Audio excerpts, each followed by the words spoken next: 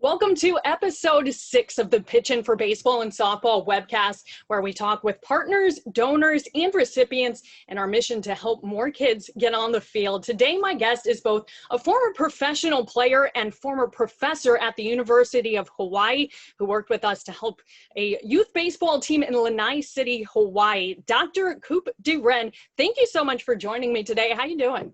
I'm doing fine, Christian. Thank you for the opportunity that we can talk baseball and talk about this special team that we had. Thank you so much. Absolutely. And I want to ask you, first off, if you could share a little bit about your background and how this team came to be in Lanai City in Hawaii.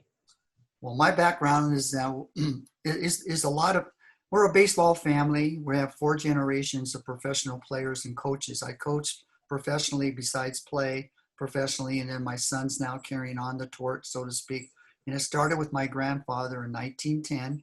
He's been up for the Hall of Fame. We're trying to have him inducted this year as well. And he's in the Pirates Hall of Fame to be. And so we're a baseball family. Then I moved to Hawaii in 1970, and I just continued wanting to coach and develop. And then I was fortunate enough, I got hired at the University of Hawaii, where I started coaching first. And then once I finished my PhD program, I was hired into our kinesiology department. So I was doing both for over a dozen years, and then I ended up retiring from the University of Hawaii after 40 years of coaching and then teaching as well. So that's been my whole background is coaching. And then once we moved to Lanai, very small island in the island chain, and we're part of Maui County, then I was asked to help. And I felt, you know, the Lord just led me, and I felt accepted in the community, and you just needed someone to help them with their varsity baseball program as well as their youth baseball program. So I jumped right on in and been doing it the last 4 years. What led you to reach out to Pitchin' for Baseball and Softball for an equipment grant? And what was the process like for you to get the donations to the island? That's an interesting question, because I don't know why, and I think, you know, maybe the Lord was speaking to me, which we're a strong Christian family, and I knew we needed equipment. And I have got a lot of friends on Oahu that I coached with and coached for, and I called them, and they were able to send me a lot of softball equipment. So I was in that mode, so to speak. Where else? And then I just was online, and you folks popped up. You know, God bless you for coming across my desk and on the internet. And then I just reached out and saw how to apply and what you all do from around the world. And I thought, well, I'll just give it a shot and try, and then let the Holy Spirit just guide you all. And you just blessed us so much, Christian. We're just so thankful for the equipment, because a lot of my players hadn't even seen gloves and shoes, etc. So we're really starting from an infancy stage with them. Yeah, you mentioned that a lot of the players on that team were inexperienced with baseball and some with sports in general. You wrote that these players and families do not even realize what they do not have. What did you mean by that? They're basically hand-down families. And if they didn't have gloves, shoes, or hats, they didn't know what they were. And so they don't realize what a good field maybe look like, or good facilities, or even the proper equipment, other than me showing them pictures or going out and trying to hustle as much equipment as we could. So in a sense, what they have is what they have, and they're very confined to one another, and they don't reach out per se. They just are thankful for anyone such as your organization or my friends on Oahu and Honolulu. You know, in Honolulu, we could reach out to them as well. But baseball, I was fortunate to reach out to you folks. And once the equipment arrived, I mean, they hadn't seen some of that equipment before.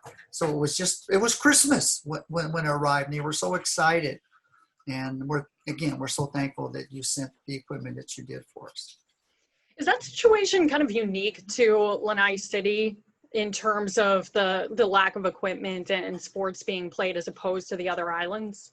Oh, definitely. It is to us, like Maui. Maui is in a sense another Honolulu, or Molokai even has more opportunity there, because they're historically their Little League and coaches are very strong. here we've had plantation type of sports, and one plantation area plays another, etc. So there's been sports background here, but they just haven't had the equipment, let's say, or they haven't had the total experiences that I felt that we need to broaden it and expand on it. And that's what one of the things we're trying to do now is upgrade the facilities here that they have. So on that team back in 2018, you had two kids who had never played any sport, and you'd mentioned that one of them was a cancer survivor. For these two boys in particular, how did you see them grow throughout the season? It was incredible. The reason is that first I didn't even know through halfway of the season that one was a cancer survivor. And the other one I didn't realize has never played a sport. Now when they came to me, it was obvious that they lacked skill. Most of the players did lack skill. But the beautiful thing of them, because they were teased, they were bullied, which I didn't ever even knew. But from day one, our players accepted each other. I think they bought into the idea that we're one team. We have to share our players with all the sports. And I said, before you walk in and out of this baseball complex, you're going to be one team in school. You're going to be one team throughout the island, and we're going to play that way. And I only found out through several other parents that had talked to me. Said, you have no idea what has been transpiring. I said, I don't understand what you mean. They go, they're just wonderful kids. They get along well. They said, no, that's not the way they were prior to this unique experience that we were able to give them through baseball. So we saw their socialization improve, their grades improved. They all play sports today. They play either flag football. We have an eight-man football here in high school. We have basketball and in baseball, and they all play those sports. And one now is going to run cross country. And so I just think they've just blossomed through this experience, and you folks are a major integral part of that, and we thank you for that. That cohesiveness and learning to play as part of a team is one of the major life lessons that sports can obviously provide these kids. Talking about the two that had never played, there are three others on the team who had never played baseball. So 5 players on your team that year had never played the sport before. As a group, what did the opportunity mean to them to finally have a chance to play baseball? The thing that I think stands out the most at the end, the last 2 games, and we played 6, 7, 8 games. And you have to realize in the game, we're not even making contact. I mean, I'm just happy that they know their positions and have an idea what to do, okay? And the last 2 games that we made contact, everybody on the team got a hit the last 2 games. Everybody put the ball in play 3 or 4 times. You should see their parents they were crying after these 2 games because it was just, they saw how far they came and how happy these kids were, especially the parents that of the 2 that had not played any sports and were teased and bullied. All of a sudden now they've been accepted for whom they are. And I think that is as you said, life lessons, and it's so true. And I've lived a long time, and I've coached over 50 years, and I understand what impact sports can have. And I really saw it at this one time in my life. I was so fortunate to see it with this one special team. So I'm thankful that we were able to put this team together. Yeah, I wanted to ask you about that. You touched on your background a little bit. You have a really interesting background, having played professionally and written extensively about biomechanics in baseball. And you're part of a baseball family. As you said, the 4 generations of baseball players in your family. So with this and all of your vast experience, even outside of this particular team, what are some of the ways that you've seen baseball positively impact children's lives?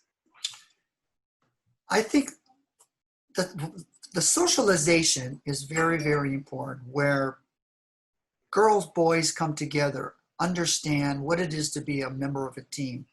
Then you can look at discipline as well. You can look at sharing responsibilities with the kids, helping them make decisions. I believe that practice is theirs. and they should be helping me make decisions about practice. What can we do to have fun in practice? And so we'll do funky things during practice they've chosen to do. We played Frisbee when I was in Honolulu many years ago. We did a lot of funky things because we're island, we're close to the beaches. So we'll take practice to a beach, let's say, when we didn't have this virus. And in all of that, you see them, that social aspect come well. And once that happens and they're accepted for whom they are, you see the academics increase. Then you see parents. A lot of times with the children that we have, parents in the plantation community here, they're not involved. As let's say the players that I used to coach when I was in Honolulu or when I was coaching on the mainland, which is of course the United States, they're not as active involved. I've seen the opposite where the parents are too active, too involved. That's not ever here. So when I see now the family unit strengthen through not just baseball, but through sport, and I see the academics improving, their behavior is so improving. You should watch the movie Coach Carter. Okay, it's a very famous movie, and you can see, and it's true. And I know that area because I taught in that area in Los Angeles, and that gives you and I wish all your viewers would watch that movie because first it's authentic and it's true, but you see how a team comes together, you see their grades come together, you see the socialization and life lessons are learned from this high school basketball team. Well, we experienced the same thing, and I've experienced that throughout my entire career, and it's just what's kept me in the game is because I think we have an impact, and I want my impact to be as positive as can be. It's a role model that we have to accept, and we hope that it's a positive one as well. Absolutely. And now it's been a couple of years since the donation from Pitchin' for baseball and softball. How have the kids on that team progressed? How have you kept tabs on them over the last couple of years?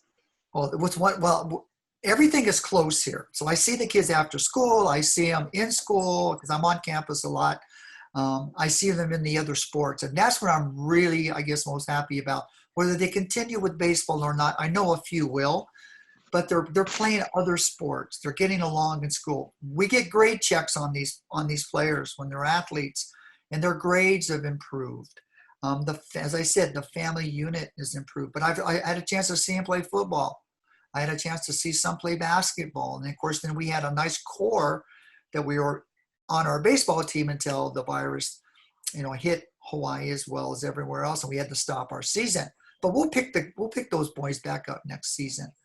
But it's human. They progressed humanly, more mature, and I think that's what's most important to me is that now they're become better citizens, and they're more active, involved in school in their sports. So they're going to be better community citizens one day as well.